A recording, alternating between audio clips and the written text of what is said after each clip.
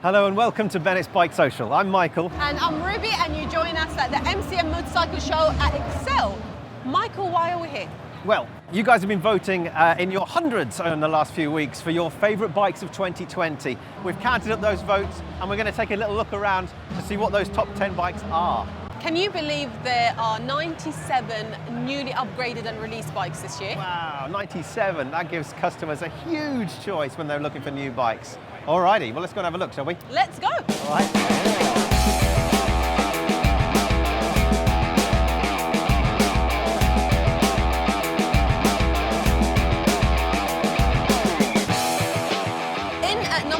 Is the beautiful Yamaha R1, and they've had to update the engine so that it complies with the Euro 5 emission regulations, which means that they've had to make the engine cleaner and more efficient without compromising on its peak power at 197 brake horsepower.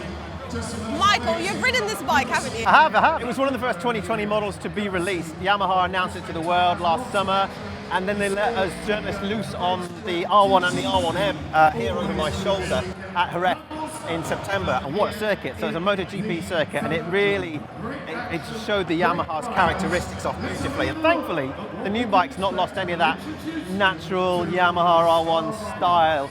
So it's flatteringly fast, it turns quick, it's got a really compliant chassis, and that cross-plane engine, it is fantastic. It sounds mega, and you just get that lovely feeling. It's very, very characterful. I think the upgrades will do it really, really well when it comes to racing, so BSB and World Superbikes as well. You've got to love some cross-plane crank. Yeah, true. What else has been upgraded on this bike? So other than the intake, cylinder head and the engine, you've got brand new aero, so they've updated every panel on this bike. There's upgraded electronics to the way in which it protects the rider, and suspension as well. Awesome. Let's move into number 9.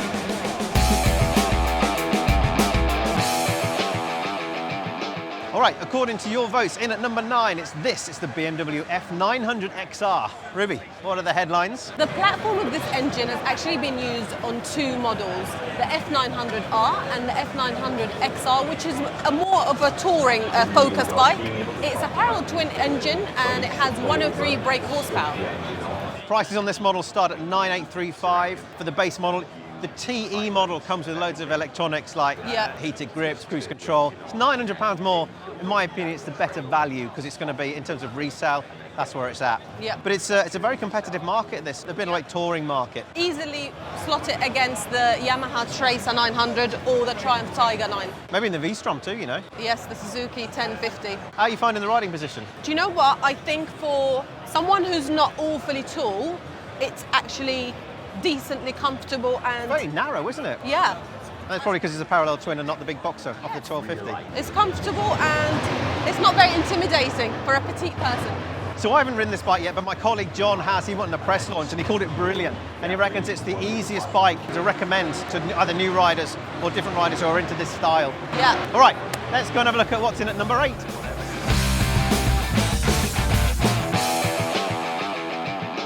It's the KTM 890 Duke R. And the Austrians refer to the 790 model as the Scalpel, and they refer to this one as the Super Scalpel due to its razor-sharp handling, allegedly. So yes, it's the Euro 5 friendly, naked middleweight, really, really popular class. The 790 was introduced a couple of years ago, and this is the 890, so it's sort of the upgraded version. Comes with 119 brake horsepower, so that's up by about 16 on the 790 on the outgoing model. It's also 3 kilos lighter, so it's going to be more athletic, it's going to be more powerful, it's got that a bit more aggression, it's probably just got a bit more pizzazz. It's pretty high spec as well, there's quite a few electronics on this. It comes with some real high class brakes, got Brembo stylomers and adjustable WP suspension as well. Yeah. It even looks like it would be a fast bike. What is the price on the 890? Yeah, I don't think it's in dealerships just yet, but 10,399 is what they're marketing at. Is it a mistake to be over 10? Don't know. We'll see when the sales charts come out. I'd have probably started at 9,995 if I was in charge. I don't know. What do you think? What do you think of it? Do you know what? I think it's a great looking bike. It looks compact. It looks small, and I know it sounds funny, but it looks like it would be lightweight. So maybe that would actually make it handle well. Yeah, you're probably right. Yeah, I think it could be a dark horse for the sales charts. You know, I think it's going to be really quite good. All right, should we have a look at number 7? Yes, let's go. Right.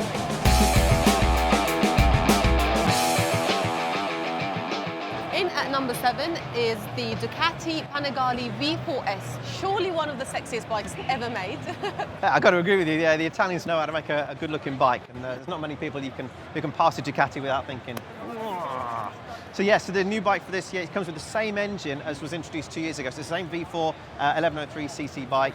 But the most notable difference is the wings. They've added wings to the S and to the standard bike in the Panigale V4 range, which make it look like, or in line with the V4R, which has got the 999cc engine homologated for BSB and World Superbikes. But surely the wings are not the only upgrade on this bike. No, they've made a lot of aero upgrades actually. It's not the most noticeably different bike. The wings, of course, stand out, but there's a lot of changes to the front fairing. There's a lot more cooling going on. They've used the same front frame as on the V4R.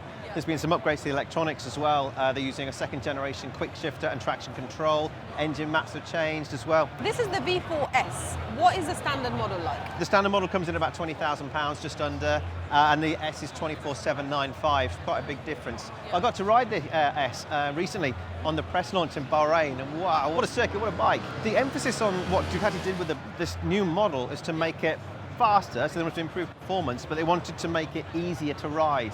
Trying to open it up to more of a customer base. Centre of gravity is higher, the electronics are advanced. Thankfully, it hasn't taken the aggression out of the kind of the character that the Panigale V4 has. So it's still a raucous, fierce bike. So it's definitely easy to ride. The electronic options are plentiful, and it'll make riders of any capability look good. Awesome, Michael, let's continue to the countdown. Number 6.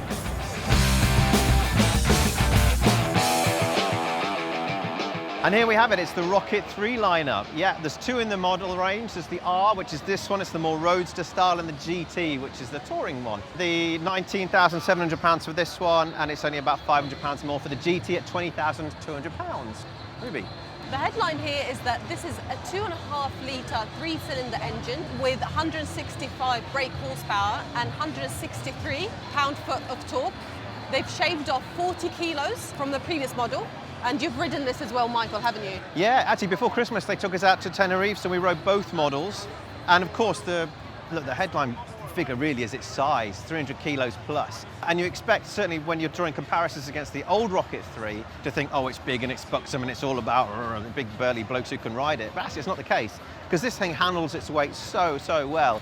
And with all that power and all that torque, it's actually quite athletic. It's quite live, it corners very, very well. And the engineering standard here is sensational. Like you could see, there's barely any cables or leads around the front of the bike. That's because, yeah, it's tucked away. So you can see that it's been designed by people who really care about motorcycling and care about the way in which this thing looks. It's a headline bike for Triumph, and because it's such a big bike as well, it's been highly talked about. And there's even all the fine little detail like the pillion pegs, the way they fold out and you kind of tuck away.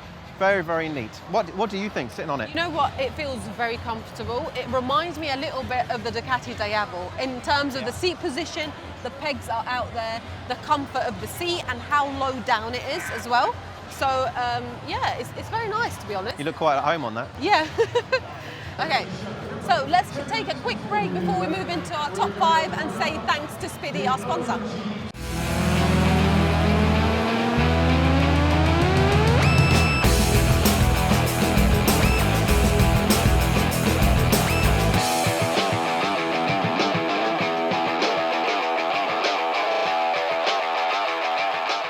Some people may refer to it as the baby Panigale, but this little minx has a lot of power.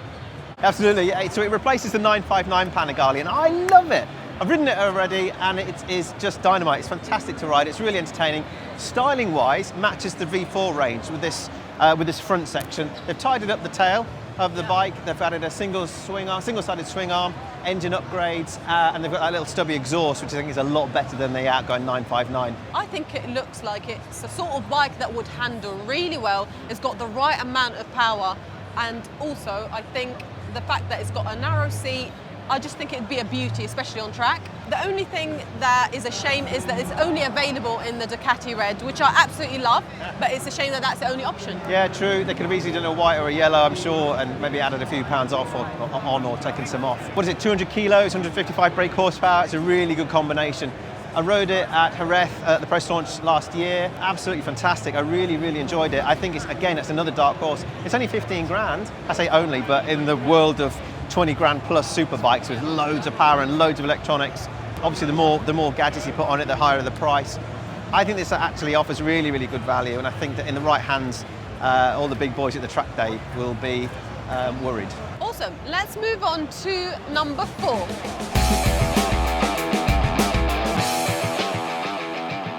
It's the Kawasaki ZH2, the supercharged Super Naked. You've ridden this, haven't you, Michael? I've ridden this only this week, yeah. I just got back from the States yesterday, as a matter of fact.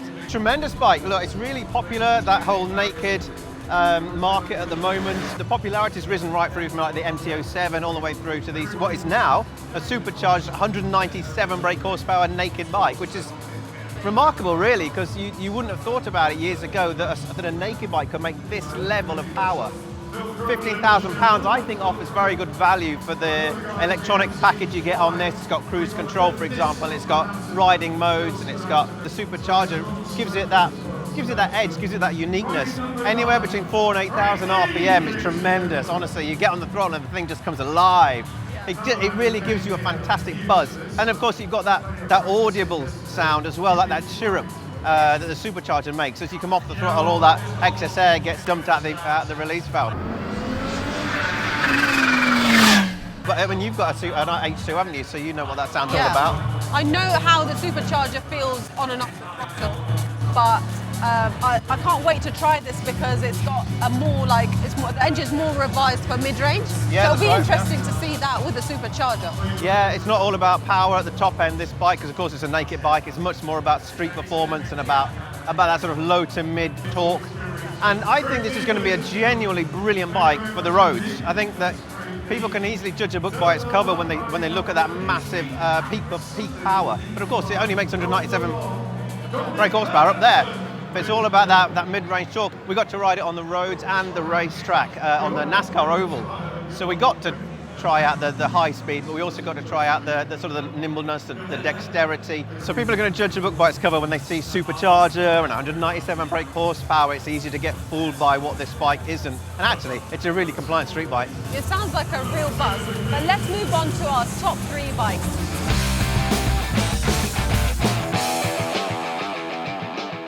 Well, in third place, unfortunately, it's not here, but it's the Aprilia RS660. So despite its popularity, unfortunately, the Piaggio Group and Aprilia couldn't make it here. But the bike was unveiled as a concept back at the back end of 2018 at the Milan show, and then as a full production bike in the 2019 show.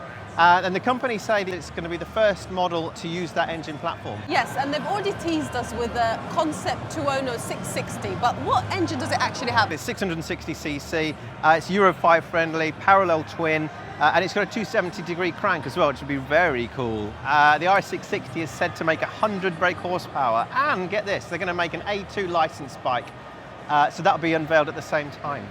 Awesome. What else does it have? It's still going through the homologation process. It's going to be really exciting when it does make it. Aprilia are putting eggs in its basket, so to speak. They say it's going to be a very popular bike. Yeah. They reckon it's going to be out later in the year. I reckon that's going to be not until about October time. So yeah, it's a shame it's kind of going to miss the main riding season. I can't wait to actually see it in the flesh and possibly ride it. But Michael, we're getting really close now, so tell me which bike is a runner-up?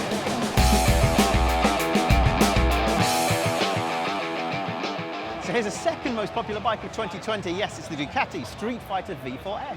It's a great bike. It's a naked with 208 brake horsepower and weighs 200 kgs. Now, if it didn't have the wings, it'll probably take off. Yeah, exactly, yeah. Well, of course, that's here to hold it all down. So we've actually yet to ride the bike, the Street Fighter, but it's certainly a bike that's caused a lot of kerfuffle so far. A lot of people have been interested in the naked Panigale, so it's called. It uses exactly the same engine, 1103cc V4, slightly different state of tune, so actually makes the peak torque higher up the rev range. Right. But it's been tuned so it's all about acceleration rather than focusing on out-and-out performance. Right, and there are 2 models of this bike. There is the standard model, which is priced at around £17,500.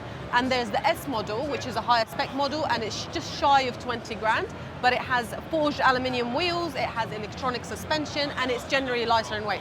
It's a hell of a category as well. This hyper naked. Let's call it hyper naked, not just super naked, because you've got the Kawasaki ZH2 with its 197 brake horsepower. You've got the MV Agusta Brutale 1000 RR with its million horsepower. So all of a sudden you've got some bikes that have taken it away from like the BMW S1000R and the MT10 SP, and even the Tuono and the Super Dukes. They're like 170, 180, getting up towards that. And then all of a sudden these bikes are near enough 200 brake horsepower. It's frightening.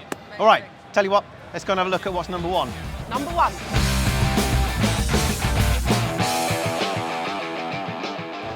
So it is coming in at number one, top of the charts. It's the Honda Fireblade. Oh, to give it its full title, it's the Honda CBR 1000RR Fireblade SP. Quite a mouthful. There's two in the range. There's a standard model, which is right behind me, then the SP, which is in front of me. They're both available in each of these two colours. The differences between the two are the SP comes with a lithium-ion battery. It's got electronically controlled Öhlins front and rear. It's got Brembo Styler calipers, brakes, and it's also got a quick shifter up and down, whereas the standard model comes with Showa and Nissin components. The standard model is just under £20,000, and this, the SP, £23,500. Ruby. This bike is completely new for 2020. It's probably been the most anticipated as it has just under 215 brake horsepower. It's got a new frame, it's got enhanced electronics, and it's very track focused, as Michael would tell you. I've ridden the SP. We went out to the Grand Prix circuit in Qatar, and it is so track focused. It really did show off all the ability of the Fireblade. Look, the Fireblade's been around for a long time now, since about 1992, and what Honda have done consecutively since then, or consistently, they've made a road bike that's really good on track. What this is about, it's a track bike. It just happens to have got a tail tidy and some mirrors that can go on it. Yeah. 214 odd horsepower is immense, but it's where it makes it, right at the top end. It's so powerful. A lot of the life of the engine comes alive at about 7,000 RPM. There's a valve in the exhaust, and you can hear it. It's just, what? It's such a lovely sound. Brilliant electronics. Brilliant suspension. It's very compact. I think it's going to be a great bike. I think there's going to be a lot of race wins with this bike at both British Superbike level and also World Superbike level. Awesome. Well, I've ridden the 2019 SP and I've also got the 2012 Fireblade, so I can't wait to see how it compares to both of them. Yeah, it's a completely different bike, you know. I think it's got a lot of competition, certainly with the likes of the Panigale V4S, new for this year. Also, there's plenty of bikes out there. The RS V4 1100 factory, for one, BMW's S1000 RR. There's a lot of bikes that are up there, and they just keep pushing each other up to the next level. So this thing's all about power, power, power, and the fact that it's so compact. I mean, look at your position on the bike right now. I'm 6 foot tall, I'm 14 and a bit stone. It was pretty compact in there. Yeah. The distance from the bars to the front of the saddle is fine. It's racy enough, but it's the distance between the pegs and the saddle itself where you're all cramped up. Yes. But again, that's perfect for ground clearance. It's perfect for the track. We haven't talked about the wings either. It's not like they're sticking out like some of the other models. They're really they're really well designed and integrated into the frame. It's a beautiful design, and I'm really actually quite pleased it came in at number one of our votes. And also the tank feels squarer and bulkier where the seat is. I think you as a rider are pushed further back, aren't you? In terms of its dimensions, it's a little bit more, it's longer Puts you in a wheelbase. racier position, maybe. Absolutely true. Yeah. Are there any other bikes that you think should have been in our top 10? Yes, I think for me, I would have liked to see, I know it's a 2019 model, but maybe the S1000RR in the 2020 colours. Oh yeah, you could claim that that's a 2020 bike, couldn't you, in the new colours? Yeah, true. What about you? I'm surprised that we haven't seen the likes of the Africa Twin or the Triumph Tiger 900. And then there's always the big sellers that aren't necessarily the big, front page bikes, like Tracer 700, for example. That'd be a massive seller this year. But, understandable that it doesn't make the top 10 of the most popular. Michael, we've earned ourselves a burger. I think you're right. Let's go and eat. Thanks for joining us. See you next time.